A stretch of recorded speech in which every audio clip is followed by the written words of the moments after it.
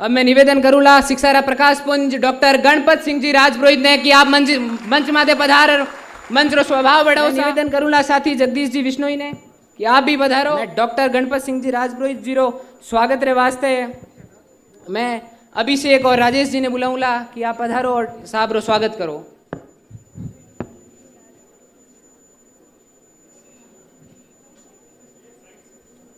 तालियां तो बजा दो यार।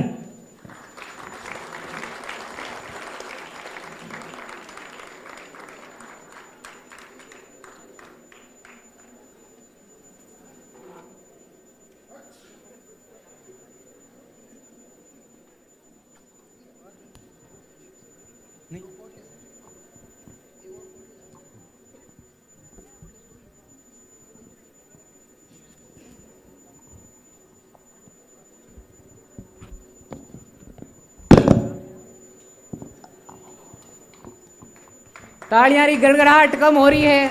ऊपर बैठा दर्शकों भी निवेदन है कि आप भी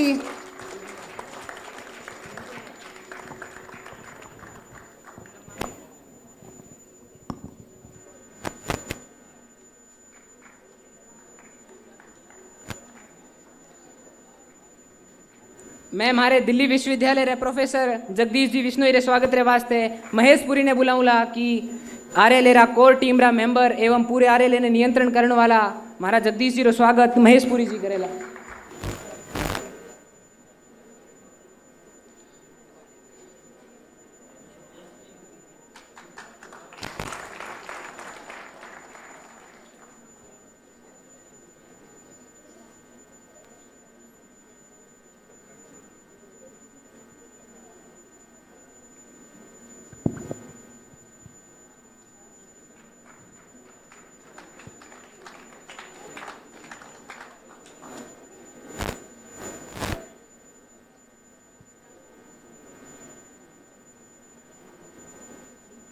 अभी कार्यक्रम रो शुरुआत करने रो टाइम आ गयो है तो मैं मध्यस्थता रे वास्ते महेंद्र कुमार जी रो स्वागत करूँगा कि आप अब मध्यस्थता कर ई प्रोग्राम री अनौपचारिक शुरुआत करा।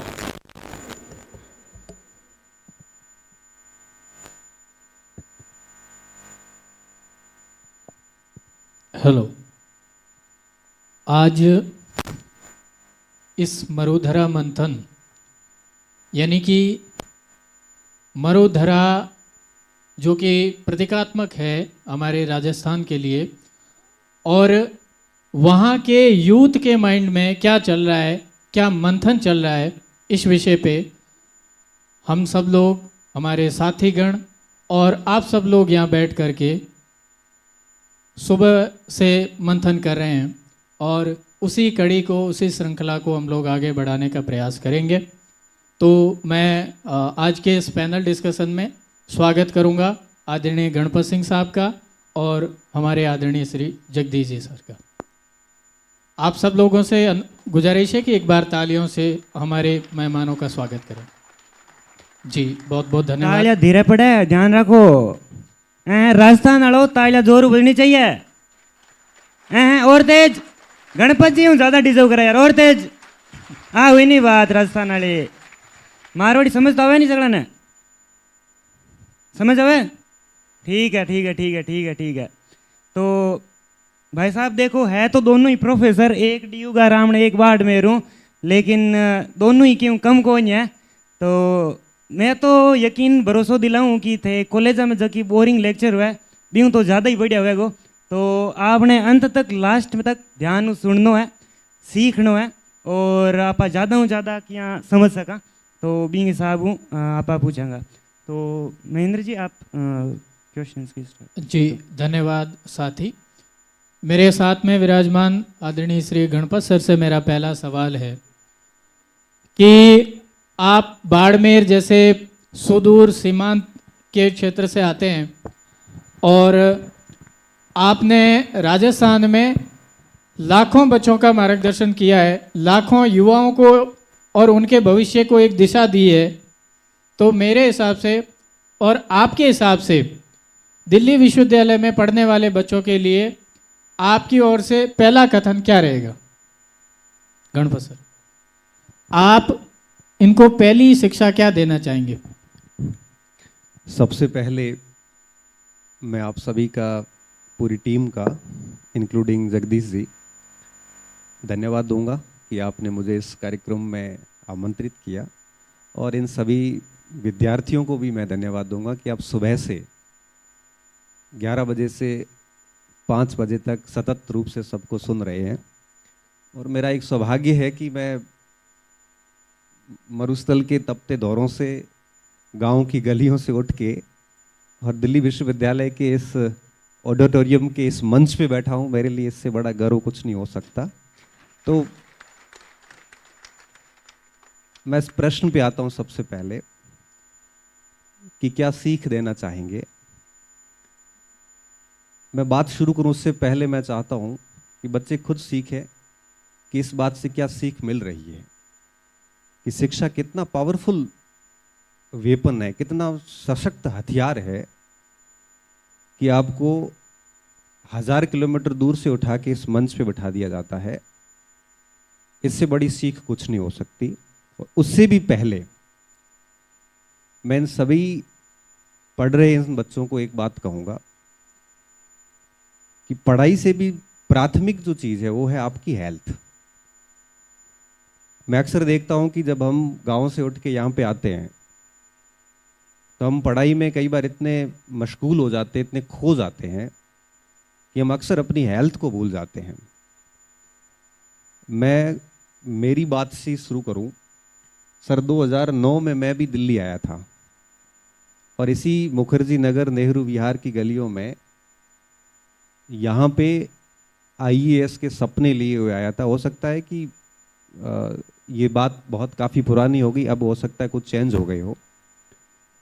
मैं जब आया था यहाँ पे तो बहुत फिट था, लगभग 60 किलो भार था और 15 का हीमोग्लोबिन था। ये बात मुझे इसलिए पता है कि मैं असिस्टेंट कमांडेंट का फिजिकल दे के आया था, तो मुझे सारे मेजरमेंट याद थे। एक अच्छा नेशनल एथलेटिक्स रहा हूँ सर। और जब मैं वापस गया तो मेरा भार 43 kg था और हीमोग्लोबिन 8 पे था और जाके सीधा हॉस्पिटल में एडमिट करवा दिया गया। और एक ऐसी बीमारी लेके गया जो आज भी है। हर दिन 4 टेबलेट आज भी खाता हूँ, पिछले 17 साल से खा रहा हूँ और आगे जितना जिंदा रहूँगा तब तक मैं वो टेबलेट्स खाता रहूँगा। ये बीमारी इस दिल्ली की देन थी। तब मैं कई बार कहता हूँ कि हम यहाँ पढ़ाई के इस सिलसिले में यहाँ पे आते हैं और हेल्थ को भूल जाते हैं। परिणाम ये निकलता है कि हेल्थ को आड़ में रख के हम किसी भी मंजिल को अचीव भी कर लेंगे, फिर शेष पूरी जिंदगी आप हेल्थ के लिए काम करते रहोगे, हेल्थ की सेवा करते रहोगे, आप अपनी जिंदगी जी नहीं पाएंगे। तो आपको मैं सबसे पहली सीख जो देना चाहूँगा, जैसा कि भाई साहब ने कहा, मैं यही कहूँगा कि पढ़ाई हो तो ठीक है, कर लिया करे जैसी हो आपको, क्योंकि ज़िंदगी में पढ़ना ज़रूरी इतना नहीं है जितना कि स्वास्थ्य होना ज़रूरी है। तो अच्छा खाइए पिए, अच्छी तरीके से फिजिकली एक्टिविटीज़ करिए, किसी भी सूरत में स्वास्थ्य के साथ कोई कॉम्प्रोमाइज़ मत करना। ये मेरी आपको पहली सीख रहेगी। जी धन्यवाद सर। निश्चित रूप से आपका मार्गदर्शन हम सबको काम आएगा। मेरा अगला सवाल सर आपसे ये है कि जब खास करके ग्रामीण पृष्ठभूमि का बच्चा जिसको उतनी ज़्यादा गाइडेंस नहीं है और जब वो 12वीं करता है और 12वीं में अच्छा रिजल्ट आ जाता है, आजकल चूँकि बोर्ड में अच्छे नंबर हर किसी के बन रहे हैं और 80 अबव जब बन जाता है तो घर वालों की, रिश्तेदारों की, आस पड़ोस के सभी लोगों की उनसे ये अपेक्षा रहती है कि ये सिविल सर्वेंट बने। और जैसे हम लोग यहाँ पढ़ते हैं तो हर कोई, मतलब जैसे जितने भी पेरेंट्स के फ़ोन आते हैं, क्योंकि अभी जस्ट रिजल्ट आया ही है राजस्थान में बोर्ड का, तो उन सब का यही रहता है कि साहब मेरी बच्ची के अभी 86% बने हैं, इनको UPSC की कौन सी कोचिंग में डालना चाहिए, मेरे इनके इतने बने, इनको RAS की कहाँ पे कोचिंग करवाएं। तो इस विषय पे आप क्या कहेंगे? इसमें 2 प्रश्न हैं। एक तो ये कि क्या सभी बच्चों को सिविल सर्विस की प्रिपरेशन की जो उनसे अपेक्षा की जाती है वो कितनी ठीक है? दूसरा, अगर वो करनी भी है तो उसमें कोचिंग की कितनी भूमिका होती है? सर देखो, बड़ा महत्वपूर्ण प्रश्न है और आज के युवाओं के लिए सबसे ज़रूरी सवाल भी है, क्योंकि एक विद्यार्थी, आज ये स्थिति बनी हुई है कि परिवार के बोझ, समाज के बोझ और अपने पीयर ग्रुप के बोझ तले दबा हुआ है, और उस बोझ के कारण वो सब इतना बोझ दे देते हैं कि सारे बच्चे लास्ट में ये सोचते हैं कि अब आईएएस की कर ही लेते हैं, चाहे उसकी इच्छा हो या नहीं हो। अब किसी को मास कम्युनिकेशन में जाना है, लेकिन नहीं, घर वालों ने कह रखा है कि यूपीएससी करना है, तो वो ज़बरदस्ती यूपीएससी कर रहा है। किसी को स्पोर्ट्स में जाना है, किसी को राजनीति में जाना है, किसी को आर्ट्स कला क्षेत्र में जाना है, किसी को बहुत सारे ऐसे फील्ड्स हैं जहाँ जाना चाहता है स्टूडेंट, लेकिन दबाव इतना होता है कि हर कोई यूपीएससी के बारे में सोचना शुरू करता है। और मैं ये मानता हूँ कि आप बेहतर वहीं कर पाएंगे जो आप अपने मन से करते हैं। अगर आपकी स्किल मास कम्युनिकेशन के टाइप की, आपको चाहते हो कि आप मास कम्युनिकेशन में जाए, जर्नलिस्ट बने, तो मुझे लगता है कि स्टूडेंट को उस ओर जाना चाहिए, क्योंकि आप किसी भी फील्ड में बढ़िया कर सकते हैं। मैं आज आईएएस नहीं हूँ, मेरे से यूपीएससी नहीं हुआ, मैंने भी 4 अटेम्प्ट लिए, मेंस लिखे, सारा हुआ, नहीं हुआ। मैं एजुकेशन में आता हूँ और एजुकेशन में ठीक कर रहा हूँ, मैं मेरे प्रोफेशन से बहुत खुश हूँ। इसलिए मेरा यह मानना है कि आईएएस बनना करना कोई ज़िंदगी का एक इतना बड़ा सबका लक्ष्य नहीं होना चाहिए। आपको जो ठीक लगता है, आप किसी भी फील्ड में अपनी पहचान बना सकते हैं, किसी भी फील्ड में। तो सभी विद्यार्थियों को मैं कहना चाहूँगा कि आपका मन क्या कहता है, समाज क्या कहता है ये ज़रूरी नहीं है, आपका मन क्या कह रहा है। अगर आपका मन कह रहा है कि मुझे शिक्षा के क्षेत्र में जाना है, कई बच्चे सर इतने सुलझे हुए मेरे पास आते हैं कि सर मेरे पास 2 विकल्प हैं, एक हायर एजुकेशन है, एक ये विकल्प है, मुझे सर दोनों ही अच्छे लगते हैं, किस और जाना चाहिए। तो मुझे लगता है कितना सुलझा हुआ व्यक्ति है।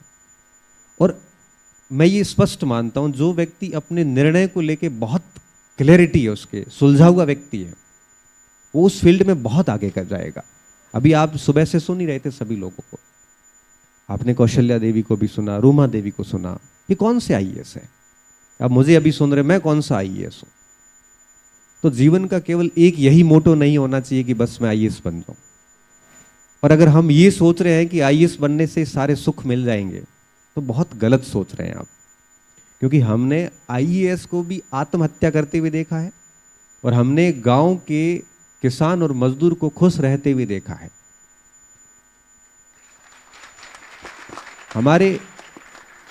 हमारे बाप दादा तो आईएएस नहीं थे, पढ़े लिखे भी नहीं थे, बड़ी अच्छी सी जिंदगी जी, हमें पढ़ा लिया, हम आज यहाँ बैठे बात कर रहे हैं। और ये बात हम सब पे लागू है, सर आप पे भी लागू है, मेरे पे भी लागू है, भाइयों पे भी लागू है, और आप सब पे भी आगे जाके लागू होगी।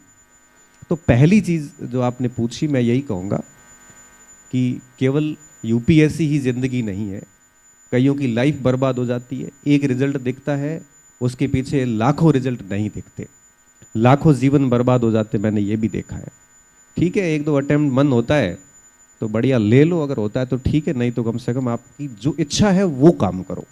लोग क्या कह रहे हैं उस पर हमें कभी नहीं जाना चाहिए, हम कभी नहीं कर पाएंगे, केवल समय खराब करेंगे। दूसरा आपने पूछा कोचिंग की भूमिका। आज की ये समस्या बनी हुई है सर, 12th होते ही फाउंडेशन बैच, कोई पता नहीं क्या क्या नाम से बैच चलते हैं।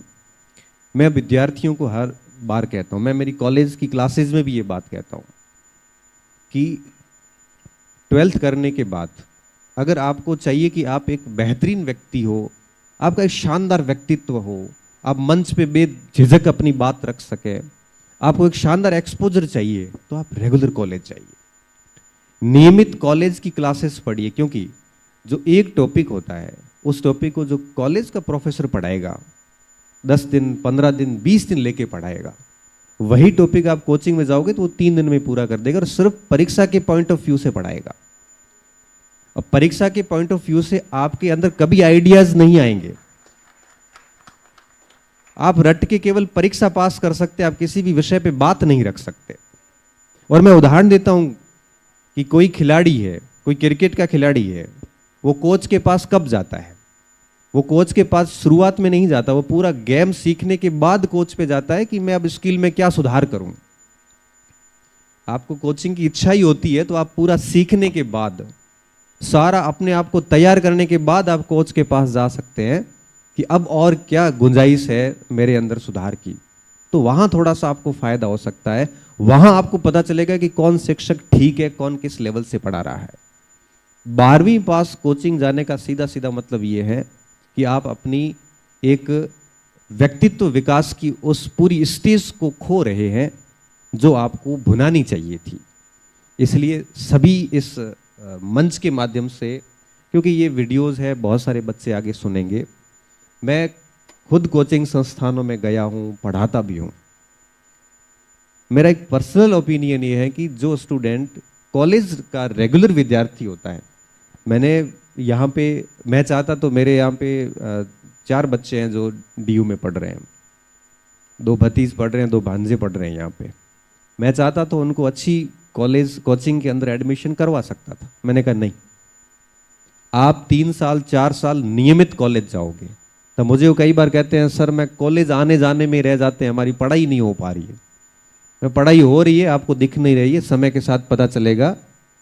जैसे सुबह मैं सुन रहा था, मंत्री जी यहाँ खड़े थे, किसी बच्चे ने एक बड़ा शानदार प्रश्न पूछा था कि आपने राजनीति में कैसे लोग ले लिए। ये कोचिंग का बच्चा नहीं पूछ पाएगा, ये पूछने के लिए कॉलेज जरूरी होता है। तो मैंने कहा नहीं, आप पढ़िए, कॉलेज पढ़िए, 3 साल कॉलेज में मेहनत करिए, हर एक प्रोफेसर को सुनिए, हर एक किताब पढ़िए, सिलेबस को अच्छे से पढ़िए। उसके बाद में फिर आपको कहीं लगता है कि नहीं मुझे कुछ पोर्शन के लिए कुछ चीज़ें देखनी है, तो अलग इश्यू है। बाकी 12वीं पास कॉलेज अपने आप में मुझे तो कब्रगाह जैसा लगता है, बुद्धि की कब्रगाह जैसे कह सकते हैं। तो बच्चों को बचना चाहिए, इस सिस्टम से बचना चाहिए और बैक टू क्लास, वापस कॉलेज से जुड़ो आप, और कॉलेजेस में जाको पढ़ो आप अच्छी तरीके से।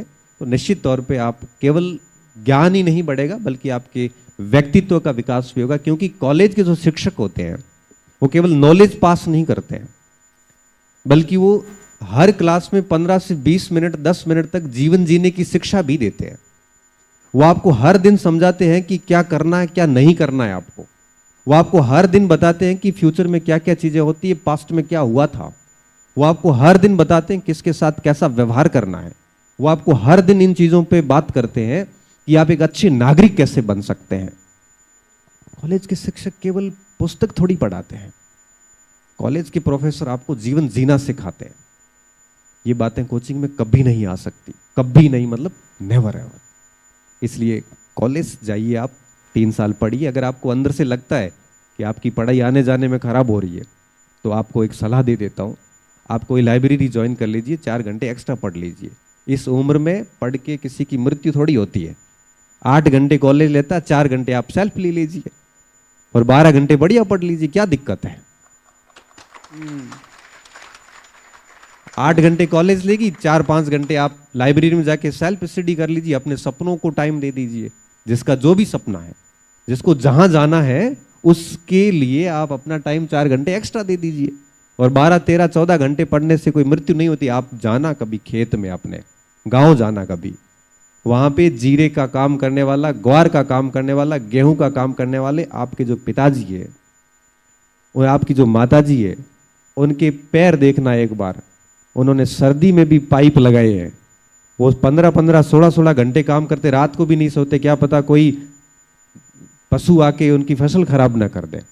जब वो 14-15 घंटे इस उम्र में कर सकते, तो आप तो आराम से एसी और कूलर में यहाँ पे रेस्ट कर रहे हो। आप उनकी स्थिति सोचिए जिन्होंने 10-10 किलोमीटर तक पानी लाने के लिए बेड़ला उठा के जाते थे। आप तो बेड़ले का नाम, आपको तो बेड़ला होता है क्या ये भी नहीं पता।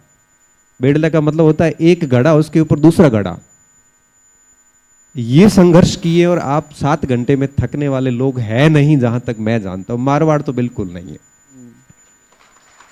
तो सर मैं सर से भी आऊँगा करियर गाइडेंस से रिलेटेड चीज़ों पे क्वेश्चंस, बट उससे पहले ये पूछना चाहूँगा, आपके जितने भी स्पीचेज होते हैं या जितने भी ऐसे टॉक शोज़ होते हैं, वहाँ पे डीयू से रिलेटेड, जेएनयू से रिलेटेड एक विशेष, मैं कह सकता हूँ काइंड ऑफ ऑब्सेशन, या आप नहीं आ पाए उसकी वजह से, तो ये है क्या मामला, ये थोड़ा सा समझिए। देखो, बड़ा अच्छा प्रश्न है, मेरे मन का प्रश्न है। मैं कई बार कहता हूँ, कई मंचों पे कहता हूँ कि जिसके पास जो होता है उसकी उसको वैल्यू नहीं होती है, और जिसके पास जो नहीं होता, जिसको वो नहीं मिला हुआ होता है, उसके लिए वो भगवान होता है। Agreed agreed. वापस बोलूं? सहमत हूँ। हाँ, तो आप लोग यूनिवर्सिटी में बैठे, जगदीश जी यहाँ प्रोफेसर लगे हुए, जगदीश जी आप पढ़े भी यूनिवर्सिटी में ही होंगे, यहीं पढ़े हुए और यहीं लगे हुए हो, तो आपको इतनी वैल्यू नहीं, हालांकि कदर करते हैं आप, पर इतनी नहीं करते जितनी मैं करता हूँ। सर ये जो दिख रहे हैं ना, ये बहुत 50% से भी कम अटेंडेंस होगी सबकी, मैं गारंटी के साथ कह रहा हूँ। पूछ लो भले कितनी अटेंडेंस है, कितनी? सही बताना, सही, झूठ नहीं बोलना भाई। मेरे पास किसी का कॉल नहीं आना चाहिए सर, एडमिट कार्ड नहीं मिल रहा है 50% से कम। तो जिसके पास जो नहीं होता ना, इसलिए कहते हैं ना कि आप सभी को पता होगा, आपने सुना होगा कि वंचना वैल्यू बढ़ाती है, वंचना वैल्यू बढ़ाती है। आप किसी चीज से वंचित है, जैसे मैंने स्वास्थ्य खो दिया तो मुझे स्वस्थ व्यक्ति बड़ा अच्छा लगता है। मैं चाहकर भी इन विश्वविद्यालयों का विद्यार्थी नहीं बन पाया, क्योंकि उस समय प्रतिशत क्राइटेरिया हुआ करता था।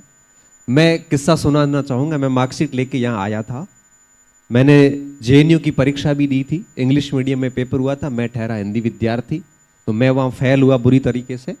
और दिल्ली यूनिवर्सिटी में मेरे थे 56%, मेरिट रही थी शायद 90%, और राजस्थान यूनिवर्सिटी में मेरिट रही थी 74%। मैं तीनों यूनिवर्सिटी में घूम के घर जाके मैंने अपने महाविद्यालय में जहाँ भी मैं सेवाएं दे रहा हूँ, वहाँ मैंने प्राइवेट एमए का फॉर्म डाला।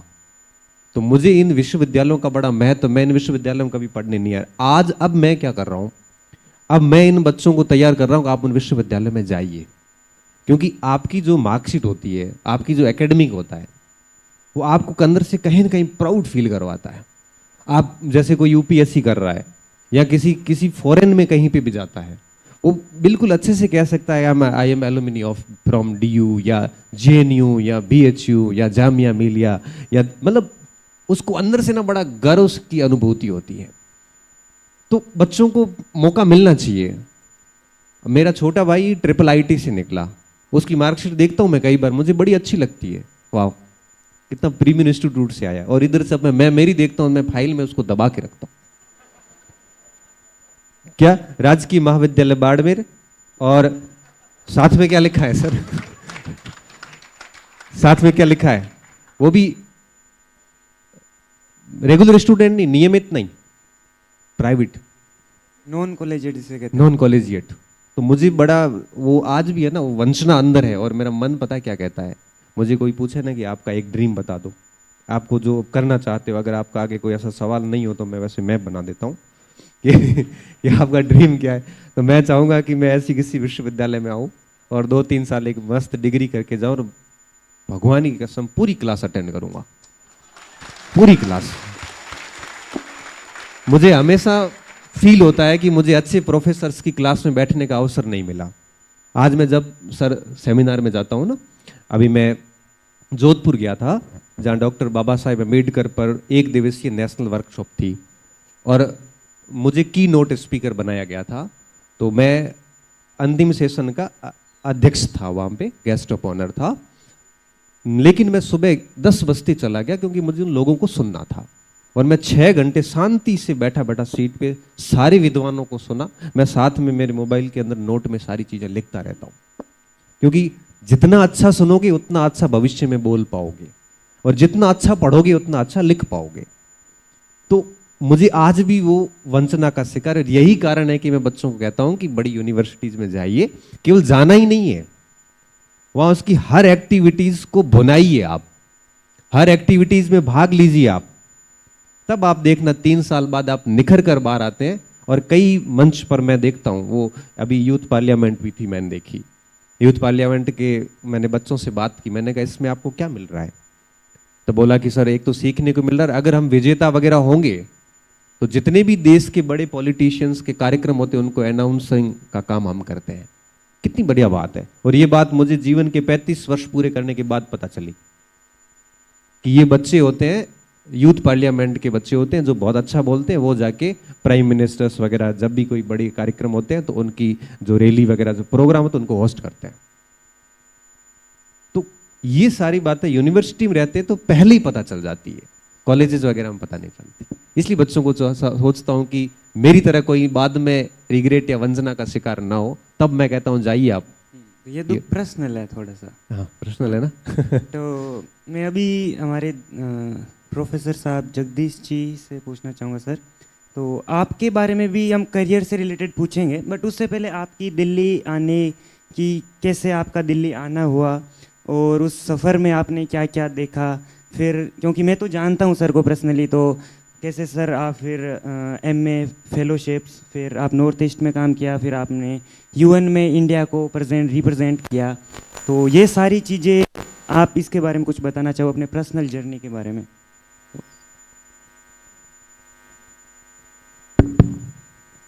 पर्सनल जर्नी से ज़्यादा इंटरेस्टिंग ये है कि मतलब आप चीज़ों को देख कैसे रहे थे, है ना।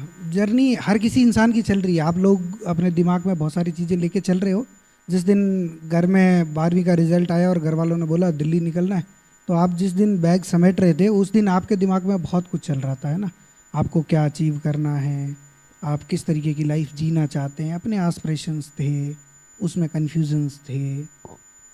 वो सेम चीज़ें हमारे साथ ही हुई, ऐसा नहीं है, लेकिन थोड़ी मेरे साथ अलग तरीके से हुई। इसका रीज़न ये था कि मुझे फॉर्म भरने से 3-4 दिन पहले तक दिल्ली यूनिवर्सिटी के बारे में भी नहीं पता था। तो वो एक बड़ी इंटरेस्टिंग चीज़ थी कि क्योंकि इसीलिए मैं बार बार उस चीज़ को एडमायर करता हूँ और अपने बच्चों को ज़रूर ये बोलता हूँ कि एक अच्छे गुरु का और एक अच्छे सपोर्ट रोल का बहुत सहयोग रहता है जब आप अपने करियर के डिसीजन ले रहे होते हैं ना। क्योंकि जब मैं 12वीं करके कोई नॉर्मल काम कर रहा था और मेरा कोई आइडिया ही नहीं था कि मैं जोधपुर तक भी जाऊंगा। मैं आपको लिटरली बता रहा हूँ कि सर का जूनियर बनने के लिए बिल्कुल रेडी खड़ा था वहाँ, और उसमें भी मैं लिखवा देता मार्कशीट में सर वाला ही कि भाई ठीक है नॉन कॉलेज से किया है और बाड़मेर से कर लिया। मेरा इतना ही प्लान था, लिटरली बता रहा हूँ। वो तो गलती से एक प्रोफेसर आ जाते हैं दिल्ली यूनिवर्सिटी के, उन्होंने 3 बार फोर्स किया तो मैंने फॉर्म भरा। 3 बार फोर्स करने के बाद भी, ठीक है ना, उसके बाद मैंने सोचा चलो चल ही देते हैं। उस दिन तक जिस व्यक्ति को नहीं पता था कि दिल्ली यूनिवर्सिटी में एडमिशन कैसे होता है, क्या फॉर्म भरा जाता है। एक मज़ेदार चीज़ और बता दूँ, इंग्लिश भी इतनी कमज़ोर कि यहाँ आया प्रेजेंट और परमानेंट एड्रेस का डिफरेंस नहीं पता। ये मैंने गलत भरा, उसने मेरे मुंह के सामने फॉर्म भर के फेंक दिया। हमारे टाइम में ऑफलाइन फॉर्म भरे जाते थे। यहाँ पे मैं रोकना चाहूँगा, मुझे एक किस्सा याद आ गया, कोई DRC कॉलेज का किस्सा है जिसमें आप कोई डिबेट करने गए थे कहीं, तो वो किस्सा आप सुनाना चाहो अगर।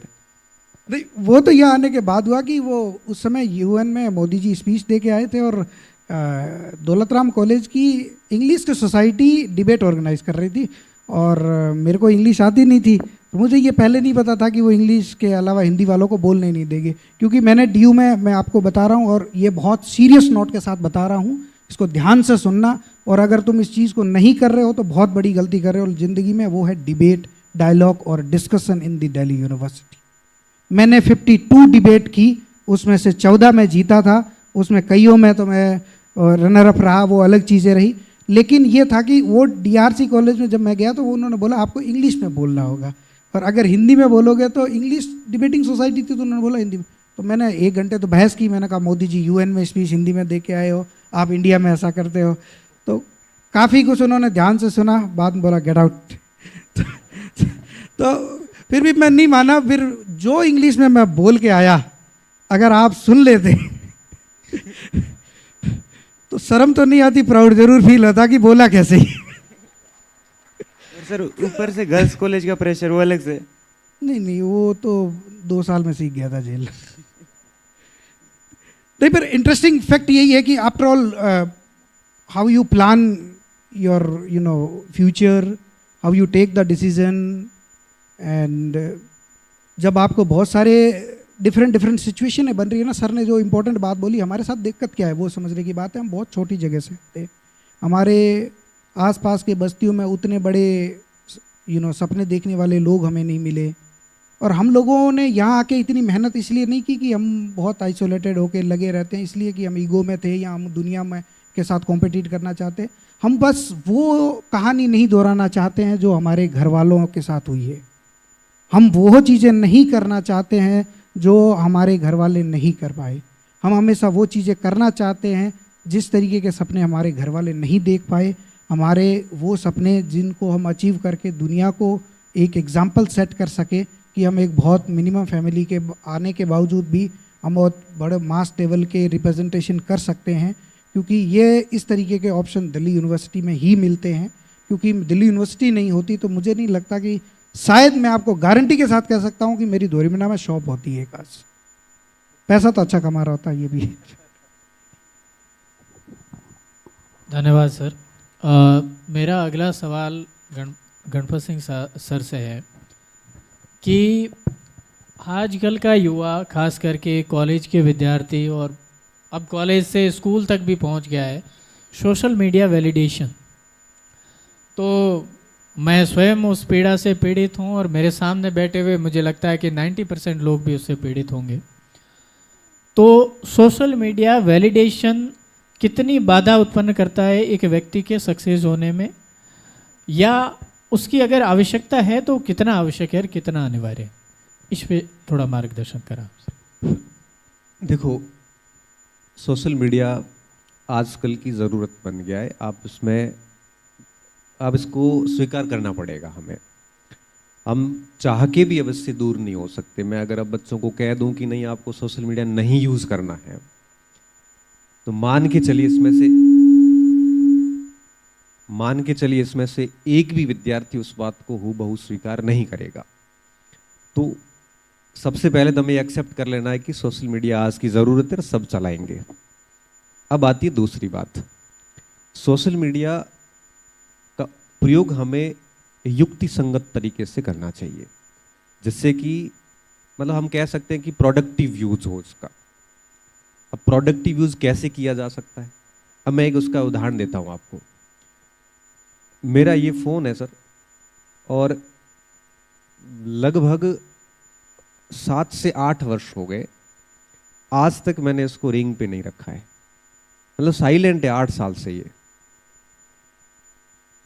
फोन चेंज भी हुआ है तो सबसे पहले मैंने उसको साइलेंट किया है सर। शायद इसी वजह से मैंने आपको एक बार में रिस्पॉन्स नहीं किया। सर ने जब भी कॉल किया हमारे दूसरी बार में बात हुई है। जैसे ही फोन देखता हूं मुझे लगता है कि जरूरत वाले फोन है तो मैं वापस करता हूं, और मुझे लगता है कि काम का नहीं है तो मैं इग्नोर कर देता हूं।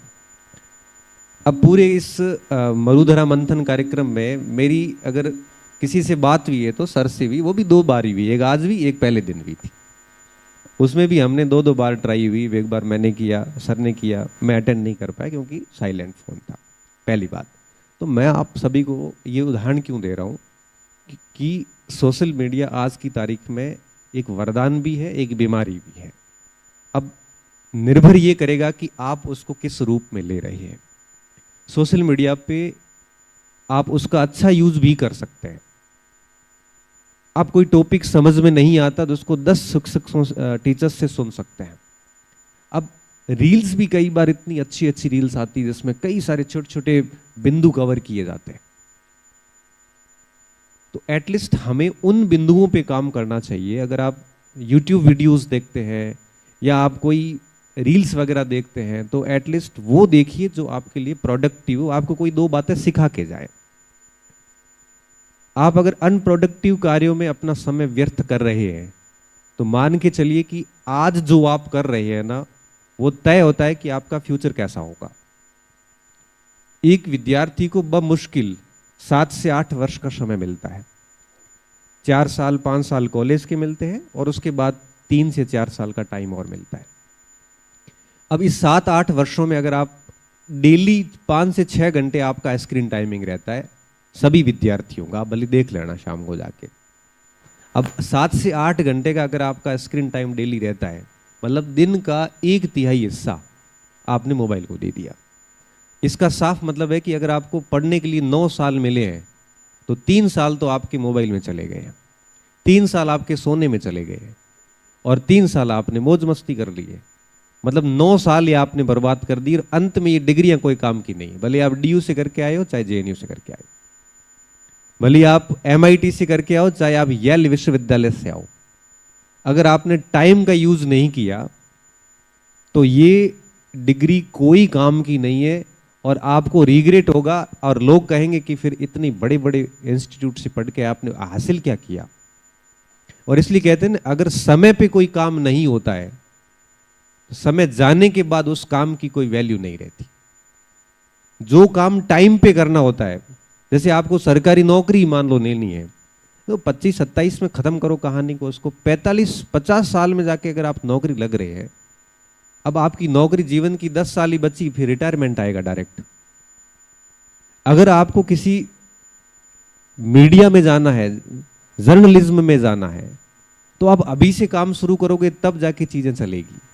और अगर आप सोशल मीडिया पे अपना पूरा टाइम बर्बाद करोगे तो आप कभी भी ग्रोथ नहीं कर पाएंगे, ये बात आप मान के चलना। इसलिए आप नियम बना लीजिए। मैं ये जो बात बोल रहा हूं ये मैं खुद करता हूं। मैं सुबह उठते सबसे पहले मैंने नियम बना रखा है, मॉर्निंग में उठते सबसे पहले मैं मोबाइल नहीं देखता हूँ, मोबाइल काफ़ी दूरी पे चार्जिंग में लगा के या जो भी है सो जाता हूँ। सुबह एक बार देखता हूँ, उसके बाद पढ़ने बैठ जाता हूँ, 2-2.5-3 घंटे पढ़ाई करता हूँ क्योंकि मुझे दिन में क्लासेस लेनी है। उसके बाद जब कॉलेज निकलता हूँ उससे पहले एक बार देख लेता हूँ कि कोई मैसेज वगैरह इंपॉर्टेंट है तो। फिर कॉलेज चले जाता हूँ 5 घंटे, उस समय बिल्कुल सब बंद रहता है। फिर एक बीच में अगर आधा पौना घंटा मिलता है तो 5-10 मिनट फिर देखता हूँ। उसके बाद में फिर ये पूरा शेड्यूल रहता है, पूरे दिन का मेरा फिर 1 से 1.5 घंटे का स्क्रीन टाइमिंग होता है। सुबह फ़ोन चार्ज करके निकलता हूँ, रात तक ये फ़ोन डिस्चार्ज नहीं होता। इस दरमियान मैं रील्स भी देखता हूँ, यूट्यूब का वीडियोस भी देख लेता हूँ, कोई जोक आता है तो वो भी पढ़ लेता हूँ, साथ साथ में कोई अच्छा स्पीच आता है तो वो भी सुन लेता हूँ, फ़ोन भी कर लेता हूँ, मैसेजेस के रिप्लाई भी कर लेता हूँ। अब पूरी यूटिलिटी है, एक भी क्षण उस पर बर्बाद नहीं किया गया है। अभी ईरान और अमेरिका का मैटर हुआ, पढ़ नहीं पा रहा था तो वो जनरली वीडियोस सामने आते थे, उसी पे पता चल रहा था। हॉर्मुज़ जल संधि का पता चल रहा है, चाहे फारस की खाड़ी, चाहे बॉबल मंडप, चाहे मलक्का स्ट्रेट, किस तरह से तेल एक्सपोर्ट होता है, पीएनजी, सीएनजी, एलपीजी क्या होती, कहाँ से आती है। अब ये सारे रील्स के माध्यम से पता चल रहे थे। मेरे डेटा जो है वो बिल्कुल तरोताज़ा, क्योंकि ये ऐसे लॉगरिथम्स काम करते हैं। आप जो एक रील देखोगे वापस उसी से रिलेटेड आएगी। आपने फॉरेन पॉलिसी का कोई किस्सा किसी से सुन लिया तो फिर सारी फॉरेन पॉलिसी आएगी। तो आप उन चीज़ों पे फोकस करिए।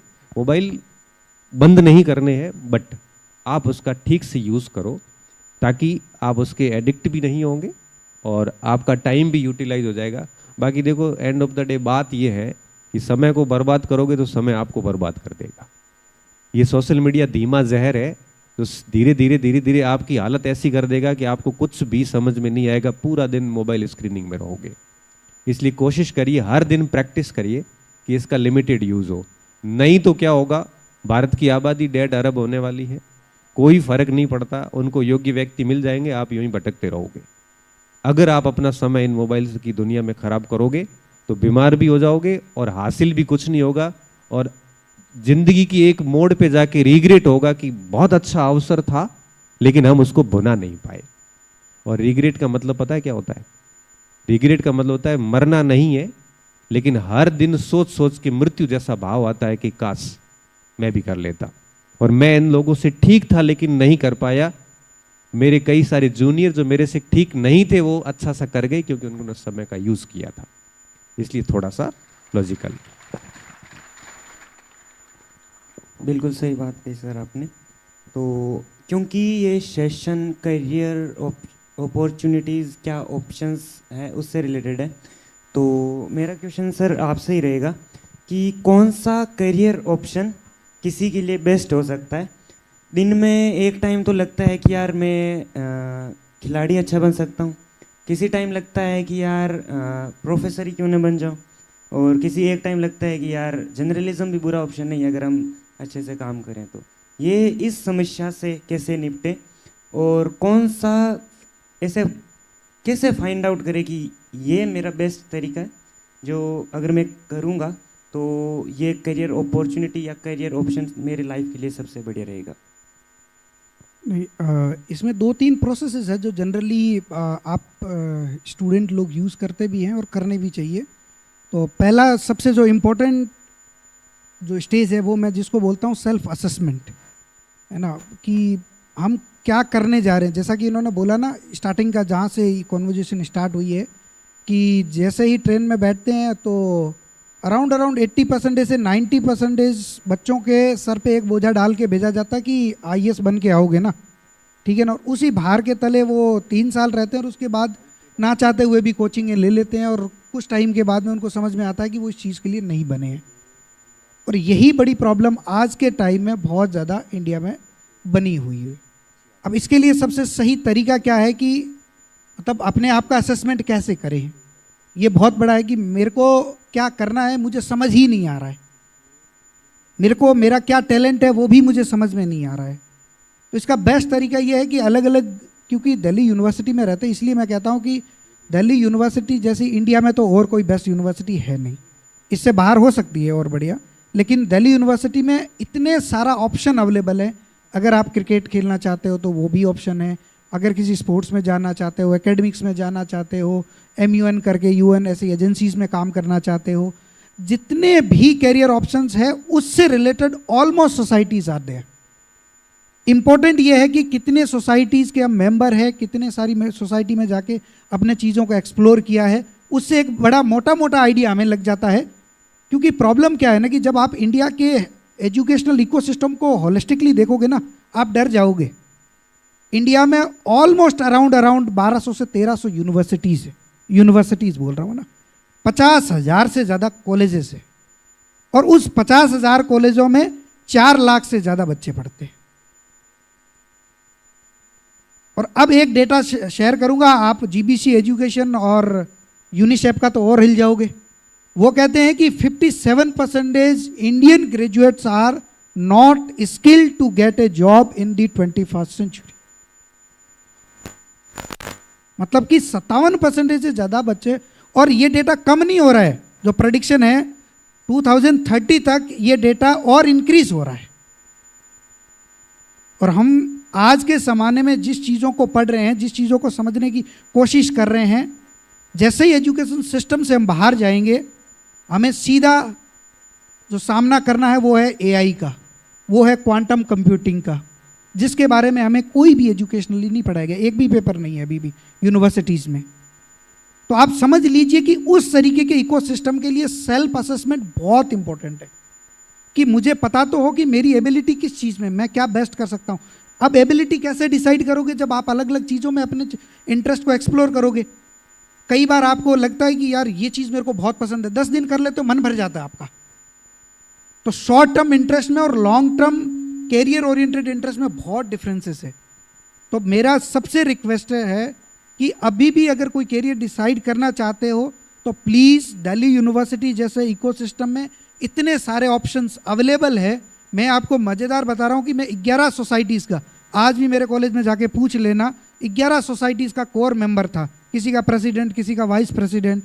उस सब ने मुझे क्या सिखाया, वो है मेरी कॉन्फिडेंस, मुझे कैसे बोलना है। आज UN के पटल पे एक हिंदी मीडियम का पढ़ा हुआ बंदा जब बोल रहा था तो मुझे भी लग रहा था कि यार मैं कैसे कर पा रहा हूँ ये सब।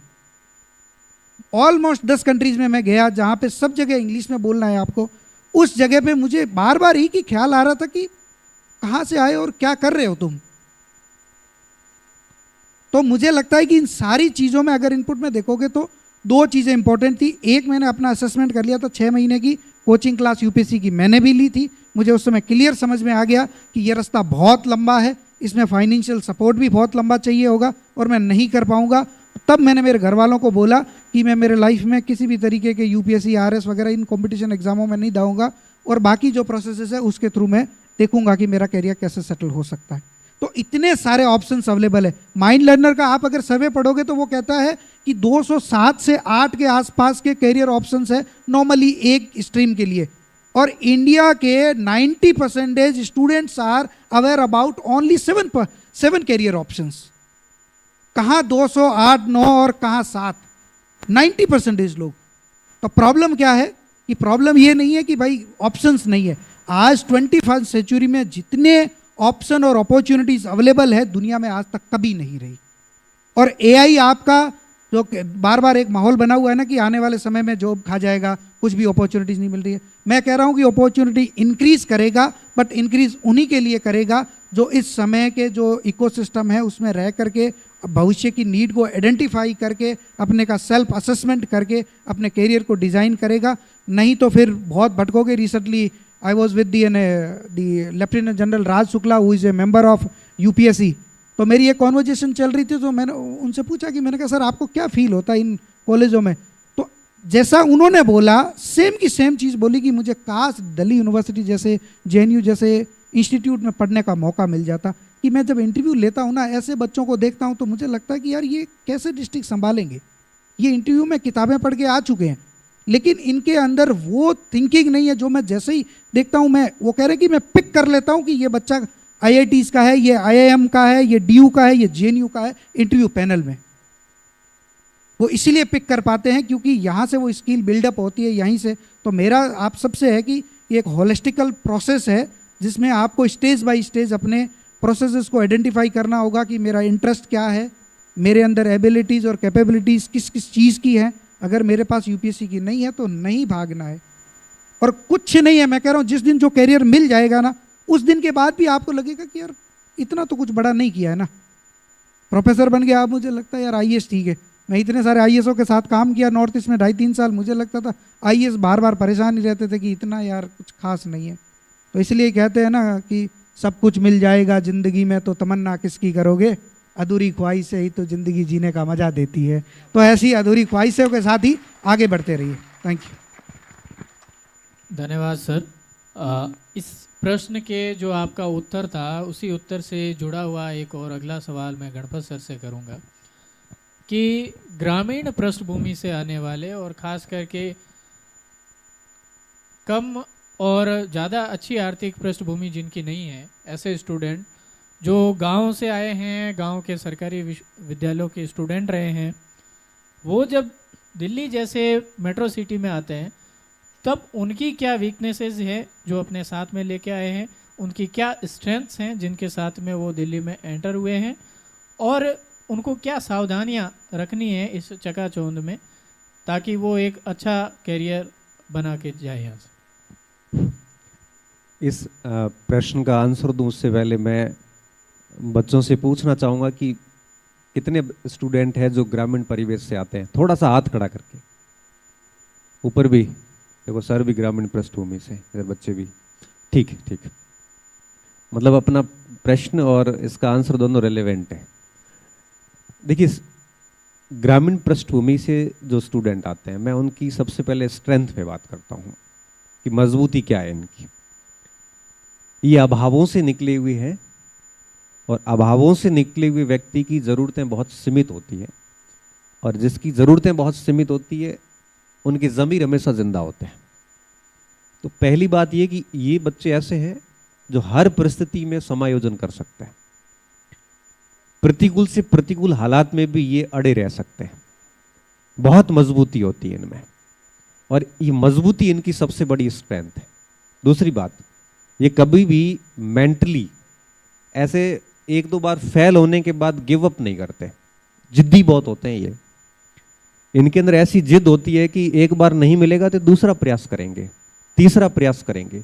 गांव की मिट्टी में भी बड़ा जिद्दीपन होता है। और तीसरा, इनके अंदर होती गहराई।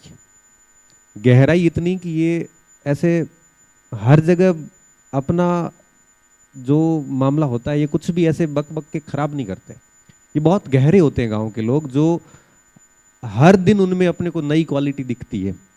किसी मंच पे खड़े हो गए तो बड़े जबरदस्त तरीके से बात रख देंगे, किसी परीक्षा में बैठ गए तो बहुत अच्छा स्कोर करके आ जाएंगे।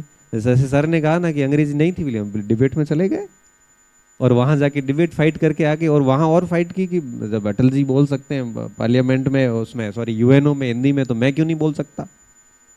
कॉन्फिडेंस बड़ा हाई रहता है इनका। ये तो इनकी स्ट्रेंथ होती है। सर, कमियां क्या रहती है? कमियां यहाँ पे ये रहती है कि जब ये शहर, गांव से शहर आते हैं तो शहर की जो एक आधुनिकता है, इसको देख के कई बार ये इन्फीरियरिटी में चले जाते हैं, अपने आप को कमतर महसूस करना शुरू कर देते हैं। पता नहीं 4 लोग इंग्लिश बोल रहे हैं तो उनको देख के इनको लगता है हम तो कंपटीशन में कहीं पे भी नहीं। और इस स्थिति में वो अपने आप को बड़ा दब्बू सा बना लेते हैं। कई बार ऐसी स्थितियां उत्पन्न होती है, वो अपने आप को बहुत कमज़ोर महसूस करते हैं, मंच पे जाने से हिचकते हैं, उनको डर लगने लगता है। तब मैं इन विद्यार्थियों को कई बार कहता हूं कि आप जिस पृष्ठभूमि से आते हैं उस पर गर्व करिए। आप अपने पहनावे पे गर्व करिए, आप अपनी खान पान पे गर्व करिए, आप अपनी बोली पे गर्व करिए। जहां पे भी जाते हैं, इंग्लिश तो मुझे भी नहीं आती, मैं बात हिंदी में रख रहा हूं, सब समझ रहे हैं, कोई दिक्कत नहीं है। तो इनको मैं ये हमेशा कहता हूं कि ये सबसे बड़ी वीकनेस यहाँ पे रहती है। दूसरा, गांव से जब यहाँ पे आते हैं कई बार भटक जाते हैं। होता क्या है, एक उदाहरण के साथ बात करता हूँ। जैसे कोई गांव से बच्चा आया, वो चाहता है कि वो भी उस एलिट क्लास के ग्रुप में शामिल हो जाए। अब एलिट क्लास का जो ग्रुप है, जो अपन क्या कह सकते हैं, संभ्रांत ग्रुप, अब उसके जैसी उसकी लाइफ स्टाइल तो हो नहीं सकती, उसके जैसे उसके शौक हो नहीं सकते, उसके जैसी उसकी इतनी जागरूकता भी नहीं होती क्या करना कैसे करना है। उन मामलों में तो उसके साथ हो नहीं सकता।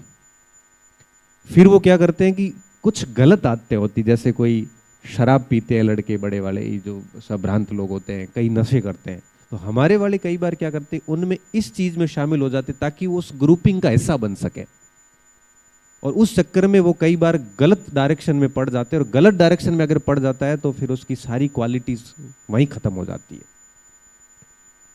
इसलिए ये जो 2-3 कमियां हैं कि अपने आप को इन्फीरियरिटी में रखना या यहाँ पे आके भटक जाना, ये 2-3 कमियां इनमें रहती है।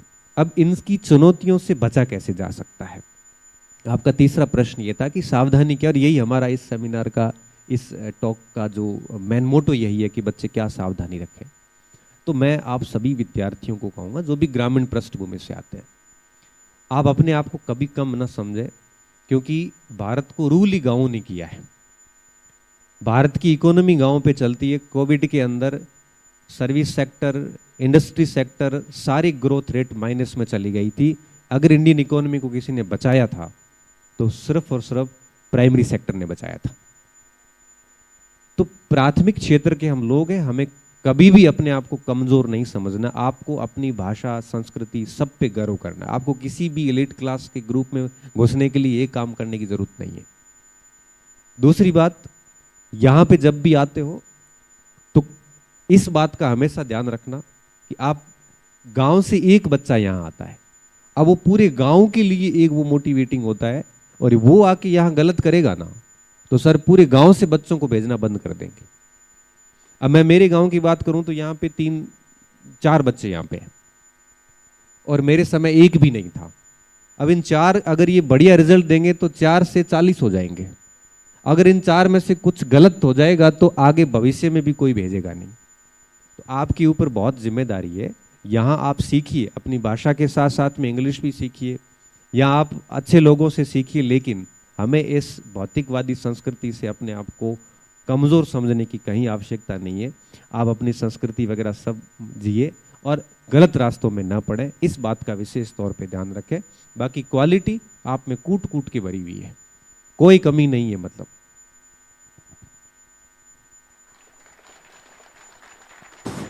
अभी आई थिंक ऑडियंस से क्वेश्चन ले लेते हैं क्योंकि टाइम कम।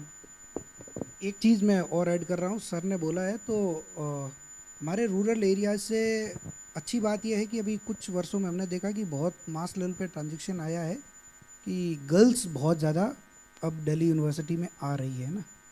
तो मैं आप गर्ल्स से बहुत इमोशनली रिक्वेस्ट करना चाहता हूँ कि बॉयज़ से 1000 गुना ज़्यादा रेस्पॉन्सिबिलिटी इस समय गर्ल्स के ऊपर है, ठीक है ना। और मैं हमेशा कहता हूँ कि अगर एक लड़की अगर सक्सेसफुल होती है तो वो 2 घरों का नाम रोशन करती है, एक लड़का सक्सेसफुल होता है तो वो अपने घर का नाम रोशन।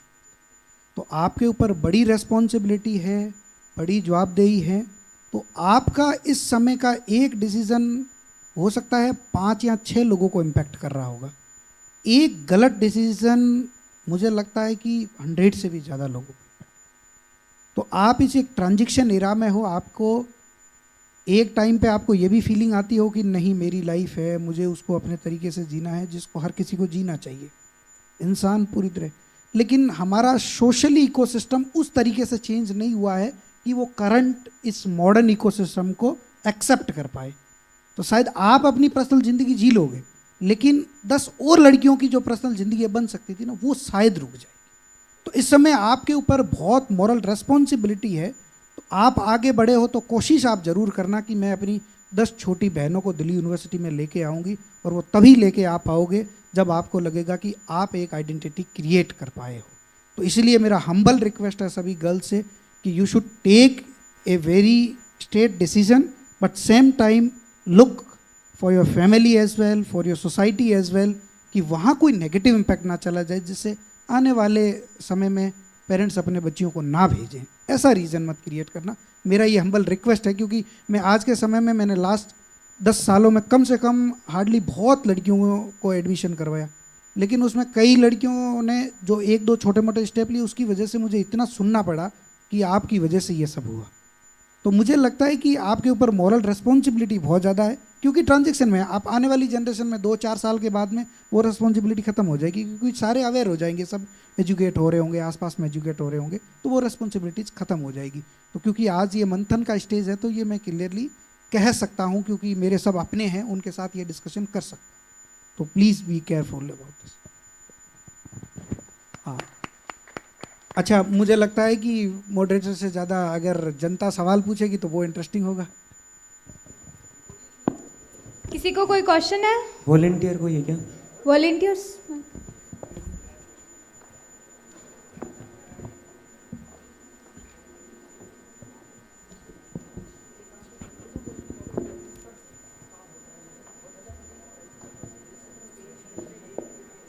नमस्कार, मेरा नाम भूमिका गोस्वामी है, मैं लंगेरा बाड़मेर से हूँ। मेरा प्रश्न आपसे है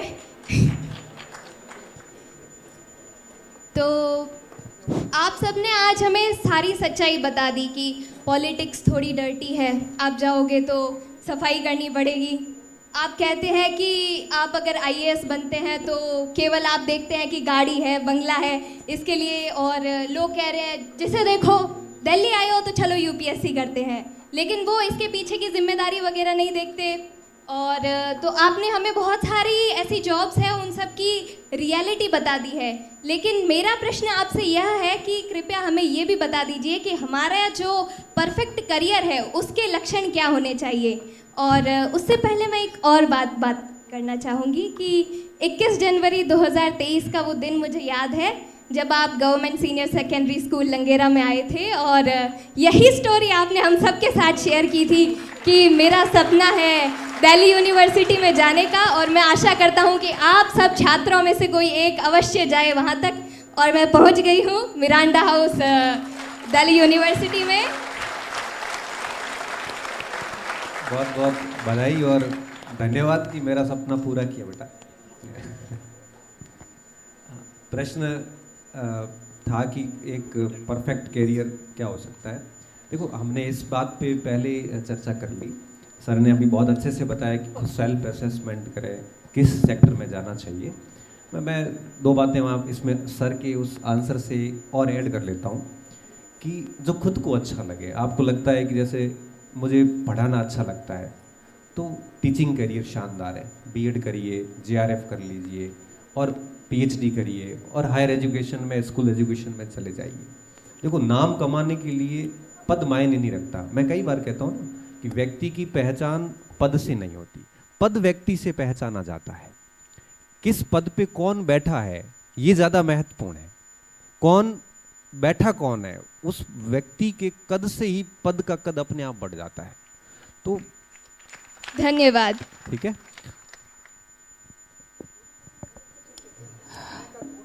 नमस्कार सर, आपकी कुछ लाइनें कि तरकश में है जितने तीर तू चला कर देख ले, तरकश में है जितने तीर तू चला कर देख ले, एक बार नहीं 1000 बार आजमा कर देख ले। तरकश में है जितने तीर तू चला कर देख ले, एक बार नहीं 1000 बार आजमा कर देख ले, हर बाजी जीत जाऊंगा मैं, हर बाजी जीत जाऊंगा मैं, चाहे तू शतरंज के हर खाने में वजीर सजा कर देख ले। तो सर, कॉन्फिडेंस बहुत आ चुका है मेरे में, मैं स्टैंड अप भी करता हूँ, पोएट्री भी करता हूँ, डांस भी करता हूँ। सर एक सवाल है कि जब हम किताबी अपने सिलेबस से इतर हटकर जो साहित्य का समाज जो लिखा गया, जैसे प्रेमचंद का है गोदान है, कर्मभूमि है, राग दरबारी है, ऐसे बहुत सारे कवियों की, महात्मा गांधी जी की आत्मबोध है सत्य के प्रयोग में, ये जो साहित्य है समाज में, ये क्या प्रभाव डालती है कि स्टूडेंट के जीवन में, इससे हम क्या सीख सकते हैं? या मैं आपसे भी जानना चाहता हूँ, जब आप खाली होते हैं तो आप कौन सी बुक्स पढ़ते हैं जो पढ़ाई के इतर हो, सिलेबस के इतर? देखो, दो प्रश्न है आपके कि मैं खाली टाइम में क्या करता हूँ। पहली बात तो ये कि मुझे खाली टाइम मिलता नहीं है। क्यों नहीं मिलता? क्योंकि मैंने अपने आप को इतना व्यस्त कर रखा है कि समय नहीं मिलता। हाँ, ये है कि जैसे मैं बाड़मेर से दिल्ली गाड़ी में आया, कि मैं गाड़ी में ही जनरली यात्रा करता हूँ, सफ़र में मुझे ज़रूर समय मिलता है, और जब सफ़र में समय मिलता हूँ तो मैं पढ़ता हूँ, और मुझे जीवनियाँ पढ़नी अच्छी लगती है। जैसे मैं बाबा साहेब अम्बेडकर की जीवनी पढ़ ली, अभी मैं चंद्रसेन को पढ़ रहा था, राव चंद्रसेन जोधपुर के शासक, उनकी 3 किताबें मंगवाई, तीनों गाड़ी में हैं, और जब भी टाइम मिलता है गाड़ी में 4-5 घंटे 7 घंटे की यात्रा होती है तो मैं जीवनियाँ पढ़ता हूँ। मुझे नोवेल पढ़ने या काल्पनिक जो ये होते हैं ये अच्छे ज़्यादा नहीं लगते। हाँ, जीवनियाँ पढ़ना मुझे बहुत अच्छा लगता है। उन लोगों ने क्या संघर्ष किया, उस संघर्ष से कैसे बाहर निकले, किस तरह से उन्होंने अपनी आइडेंटिटी सेट करी, वो चीज़ें मुझे बहुत प्रेरित करती है। तो मैं जीवनियाँ पढ़ता हूँ, और मैं बच्चों को कहता भी हूँ कि आपको जो अच्छा लगता है वो पढ़िए, ज़रूरी नहीं कि आप भी जीवनी पढ़ें, पहली बात। दूसरी बात कि साहित्य का आपके ऊपर क्या असर होता है। देखिए, हर व्यक्ति का अलग होता है। जैसे मैं साहित्य पढ़ूंगा तो मेरे ऊपर कोई असर नहीं होगा। क्यों नहीं होगा? क्योंकि मेरा उसमें इंटरेस्ट नहीं है। अच्छा, मैं जीवनी पढ़ रहा हूँ तो मुझे क्या फ़र्क पड़ रहा है? फ़र्क ये पड़ रहा है कि जब वो लोग इतना संघर्ष कर सकते हैं तो मैं तो नॉर्मल बीमारी तो हूँ। मैं जब संघर्ष को पढ़ता हूँ, जैसे मैं बाबा साहेब की अम्बेडकर के संघर्ष को देखता हूँ, जब मैं आगे बहुत सारे ऐसे, जैसे मैंने डॉक्टर APJ अब्दुल कलाम की जीवनी पढ़ी, मैंने राजा राम मोहन राय की जीवनी पढ़ी। और राजा राम मोहन राय की जब जीवनी पढ़ोगे तो आपकी आंखों में आंसू आ जाते हैं कि उस व्यक्ति ने, आज भी हम अपने परिवार को सुधार नहीं सकते, उस व्यक्ति ने, उसने समाज सुधार का बीड़ा उठाया था। तब हमें अंदर से ताकत मिलती है लड़ने की। तो साहित्य एक व्यक्ति के जीवन को इस तरह से प्रभावित करता है। अगर आपका साहित्य में प्रेम है, उपन्यास में प्रेम है, तो उपन्यास में भी जब आप जैसे जैसे उपन्यास पढ़ोगे उसकी कई सारी बातें आप अपने जीवन में लागू करना शुरू कर देते। कहते हैं, मैंने कई जगह सुना है कि जब हम प्रेमचंद का साहित्य पढ़ते हैं तो व्यक्ति इन विभिन्न सारी सामाजिक संकीर्णताओं से बाहर आ जाता है। व्यक्ति के अंदर किसी भी प्रकार का अछूत भेदभाव, अस्पृश्यता जैसा कुछ भी नहीं रहता। वो व्यक्ति हर व्यक्ति को समान दृष्टि से देखना शुरू कर देता है। तो साहित्य व्यक्ति का जीवन में ड्रास्टिक चेंजेस लाता है। तो वो पढ़ते रहना चाहिए। पढ़ाई के साथ साथ अन्य किताबें आपको और आपके व्यक्तित्व को विकसित करती है।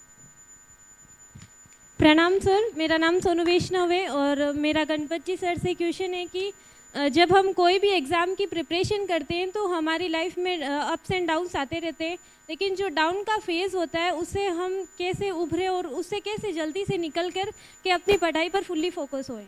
देखो, कोई भी कार्य करोगे, अप्स और डाउन दोनों आएंगे, ये उस यात्रा का हिस्सा होता है।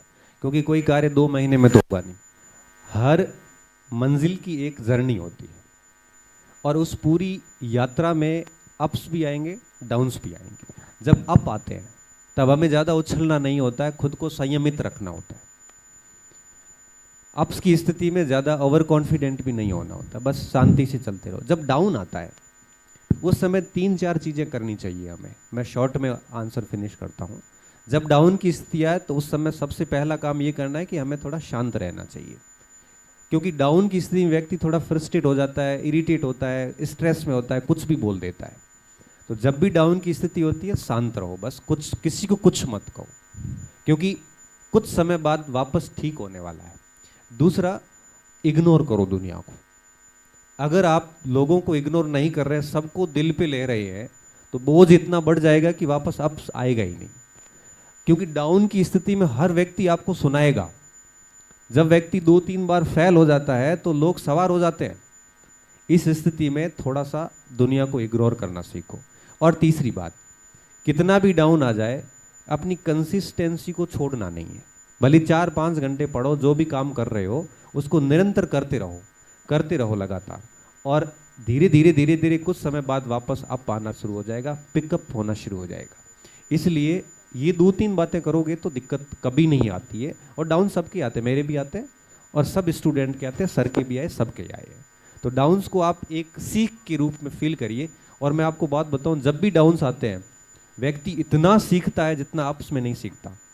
असली चेहरे पता चल जाते हैं कि अपना कौन है। हमें हमारी वास्तविकता पता चलती है डाउन के अंदर। अप में तो व्यक्ति बहुत ऊपर हो जाता है, उसको कुछ पता ही नहीं चलता, वो तो कुछ मानता ही नहीं है दुनिया को। जिंदगी में डाउन्स आना बहुत ज़्यादा ज़रूरी होता है। और ये जिसके जितने अधिक आते हैं, जिसके जितने सेटबैक अधिक आते हैं, वो व्यक्ति उतना ही आगे जाता है। तीर को भी चलाने के लिए पीछे लेना पड़ता है। जैसे ही तीर पीछे आएगा, जितना पीछे आएगा उतना ही आगे गति करेगा। और ये लेनिन ने भी कहा था, आपने वर्ल्ड हिस्ट्री पढ़ी हो, इकोनॉमिक्स पढ़ी हो, लेनिन ने बहुत स्पष्ट कहा था कि एक कदम आगे बढ़ने के लिए, 2 कदम आगे बढ़ने के लिए 1 कदम पीछे लेना पड़ेगा। तो वो सेटबैक वही, वो 1 कदम पीछे जिसके जरिए आप आगे 2 कदम बढ़ सकते हो। राम राम सर मेरा क्वेश्चन ये है कि भाई 12th कर ली, फिर वहाँ से अच्छे परसेंटेज हासिल कर लिए, फिर यहाँ दिल्ली यूनिवर्सिटी आ गए, सिलेक्शन हो गया, दिल्ली यूनिवर्सिटी में अच्छा कॉलेज मिल गया। अब ठीक है, दिल्ली यूनिवर्सिटी में आ गए तो अब पर्सनैलिटी डेवलपमेंट करेंगे, या जो पीछे वहाँ से आए हैं तो वहाँ उनके बारे में सोचे कि भाई अच्छा परसेंटेज कर लिया, अब 3 साल बाद तो गाँव में IAS आ रहा है। अब भाई यहाँ नहीं सोचते कि भाई बच्चा पढ़ भी रहा है, यहाँ फ्लैट में भी रह रहा है, कल अलग एक्टिविटी हो रही, कॉलेज लाइफ भी हमारी होती है, उन सबको कैसे मैनेज करें। और वो तो एक आइडल सिचुएशन लेके बैठे, 3 साल बाद घर में IAS आ रहा है अपने तो। समाज की उम्मीद ऐसे भारी पड़ती है। देखो, मैं बच्चों को कहता हूँ कि जब भी कुछ काम करो थोड़ा सीक्रेट रखो। अगर आप अपनी योजनाओं को पब्लिकली बोलोगे तो लोग मजे लेंगे। गांव में भी जाते हो तो ये मत कहो कि मैं IAS की तैयारी कर रहा हूँ, नहीं तो फिर गांव में लोग कलेक्टर बोलना शुरू कर देंगे भाई। इसलिए आप सब इस बात का ध्यान रखें, कोई भी प्लान करते हो उसको मन में ही रखो, कुछ नहीं कहना, सीधा धमाका करो रिजल्ट के साथ में। अगर कर पाए तो आनंद आ जाएगा, अगर नहीं कर पाए तो कम से कम दुनिया को मजाक बनाने का मौका तो नहीं मिलेगा। तो पहली चीज ये कि अपनी योजनाओं को सीक्रेट रखो। दूसरी बात ये, कभी भी कोई भी कुछ कहता है तो कह के आप जवाब मत दो, क्योंकि सबसे जवाब देने की सबसे कमजोर कोई फॉर्म होती है, सबसे कमजोर कोई रूप होता है तो वो होता है शाब्दिक जवाब। कभी जवाब मत दो किसी को। कोई कहता है कि भाई कलेक्टर कब आ रहा है, कलेक्टर बन रहा है, हल्की सी स्माइल करके निकल जाओ। जवाब का सबसे बेस्ट जो रूप होता है वो होता है परिणाम, और एक टाइम आएगा परिणाम अपने आप जवाब दे देता है। इसलिए कोशिश करो अपनी योजनाओं को सीक्रेट रखो, एक लोगों को किसी भी प्रकार का शब्दों से रिस्पॉन्स मत करो। और तीसरी बात, सोसाइटीज़ के जितने भी फंक्शंस वगैरह होते हैं उनको अवॉइड करो। जितना आप पब्लिक होंगे उतनी आपकी वैल्यू डाउन होती जाती है। अगर आपको अपनी वैल्यू बनानी है तो थोड़ा रेयर होना पड़ेगा। वैल्यू बनाने के लिए प्रेजेंस को कम करना पड़ता है। आप हर जगह जाके हाजिर हो जाएंगे तो आपकी कोई वैल्यू नहीं रहेगी। 3-4 चीज़ों का ध्यान रखोगे तो व्यक्तित्व का विकास भी हो जाएगा, गांव के लोगों को बोलने का अवसर भी लोगों को नहीं मिलेगा, और आप अपने आप पे बढ़िया काम भी कर लोगे। नमस्ते सर, मैं निधि जोशी बोल रही हूँ और मैं अभी बाड़मेर से हूँ, जयसिंदर गांव से। और सबसे पहले मैं आपको धन्यवाद बोलना चाहती हूँ कि आपने बाड़मेर का नाम इतना रोशन किया है, क्योंकि जब मैं अपनी फ्रेंड से पूछती हूँ जो कि यूपी या कहीं और की होती हैं कि आप बाड़मेर को जानती हैं, तो वो कहती है कि नहीं, बाड़मेर क्या है, कौन सी जगह है। फिर मैं जब आपका नाम लेती हूँ कि गणपत सर राजपुरोहित या फिर रविंद्र संघ भाटी या फिर रूमा देवी जी, तो वो कहती है अरे हाँ, उन्हें कौन नहीं जानता है, उन्हें तो हम जरूर जानते हैं। तो धन्यवाद कि आपने बाड़मेर का नाम रोशन किया। और इसी के साथ मैं अपना प्रश्न पूछना चाहती हूँ कि सर, जब हम बाड़मेर से यहाँ आते हैं, हम अपने अपने शहर में टॉपर्स होते हैं, बट यहाँ पे सब इंटेलिजेंट होते हैं, सब पढ़े लिखे होते हैं, तो हमें कहीं ना कहीं लो फील होता है कि हम इनके साथ कैसे कोप करेंगे। और यही जाके आगे जाके हमारे कॉम्पिटिटिव एग्जाम में भी हमारे कॉम्पिटिशन बनते हैं, तो हमें लगता है कि कहीं ना कहीं हम स्ट्रेस फील करते हैं और डीमोटिवेट भी हो जाते हैं। तो इससे हम कैसे कोप करें। और साथ ही साथ घर से दूर रहते हैं तो होम सिकनेस, लोनलीनेस, और गर्ल्स हैं, मेरे को तो बहुत ज़्यादा लगती है होम सिकनेस, और परिवार की आशाएं, तो कैसे हम इस सब से अपने आप को ऊपर लेकर आए। एक साथ बहुत सवाल हो गए, मैं एक एक पे बात कर रहा हूँ कि हम गांव से आते हैं तो अपने क्षेत्र में हम इंटेलिजेंट होते हैं, यहाँ पे आते हैं तो थोड़ा सारे इंटेलिजेंट मिल जाते हैं। मैं कई बार कहता भी हूँ कि आप जीते किससे हो, ये बात महत्वपूर्ण नहीं है, आप हारे किससे हो ये ज़्यादा महत्वपूर्ण है। मतलब आप अच्छे लोगों से भिड़ रहे हैं ना, बहुत इंटेलिजेंट लोगों से, उस पंक्ति में अगर आप अंतिम भी है तभी आपको गर्व होगा कि आप किससे कंपटीशन है आपका। और बढ़िया स्टूडेंट से कंपटीशन करने का फायदा ये होता है कि आप खुद उतने श्रेष्ठ हो जाते हैं धीरे धीरे अड़ के। मैं ये मानता हूँ कि एक कमरे में अगर आप टॉप आ रहे हैं तो कई बार कहते हैं ना कि आप गलत कमरे में बैठे हो। अगर आप किसी क्लासरूम में फर्स्ट रैंक पे हैं तो आप गलत क्लासरूम में हैं। अगर आप किसी क्लासरूम में अंतिम पंक्ति में हैं तो आपके लिए बहुत बड़ा प्लेटफॉर्म है बहुत कुछ हासिल करने का। और मैं मानता हूं कि अगर आप इसको चैलेंज के रूप में लेते हो, रात दिन अपने पे काम करते हैं, आप भले उस क्लास में टॉप मत आओ लेकिन किसी आगामी परीक्षाओं में आप पूरी इंडिया को टॉप करने की स्थिति में आ जाते हैं। इसलिए अच्छे लोगों से कंपटीशन करके हारना ये बहुत अच्छे संकेत होते हैं किसी भी व्यक्ति के करियर के ग्रोइंग के। इसलिए इस चीज़ों को तो आपको दिमाग में नहीं लेना है। प्लस होम सिकनेस की जो बात आती है तो कोशिश करो कि घर पे थोड़ी कम बात करो। आप जितनी अधिक बात करोगे उतनी अधिक याद आएगी। इससे अच्छा है कि थोड़ा ये मान के चलो कि अपना करियर ग्रूमिंग के लिए निकले हैं तो थोड़े समय तक बाहर रहेंगे, बढ़िया पढ़ेंगे। घर वहाँ के वहाँ पढ़ें, कुछ भी चेंज नहीं होगा, वही लड़ाइयाँ चल रही है, वही आपस में विवाद चल रहे हैं, वही सब चीज़ें चल रही है। इसलिए आपको बढ़िया मौका मिला है, अच्छे से पढ़िए और कम से कम घर पे थोड़ा बात करोगे तो ये होम सिकनेस कम हो जाती है। बाकी हर किसी की समस्या नहीं होती होम सिकनेस की, हमारे तो बिल्कुल नहीं होती थी।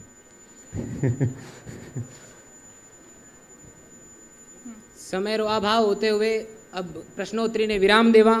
आदरणीय गणपत सर, थारो घणो घणो आभार। थारी वाणी में ओजस और ज्ञान की लागे साथ साथ सरस्वती माता विराजे। आज इन मंच रे माथे जगह मार्गदर्शन रा मोती बिखारिया है आप, जे युवारा हजारों युवारा जीवन रो आधार बनेला। कहवे विद्या ददैत विनयमन। सर थारी सादगी थारी सबसु मोटी ओळखाण है। इते ऊंचे पद माते होता थका आपणी जड़ा सूं आपणी बोली सूं थे मरुधरा साचा सपूत हो। सर आज अठे पधारिया इन वास्ते मरुधरा मंथन री पूरी टीम कृतज्ञ है। थारी मौजूदगी सूं इन ऑडिटोरियम री ऊर्जा बदली है।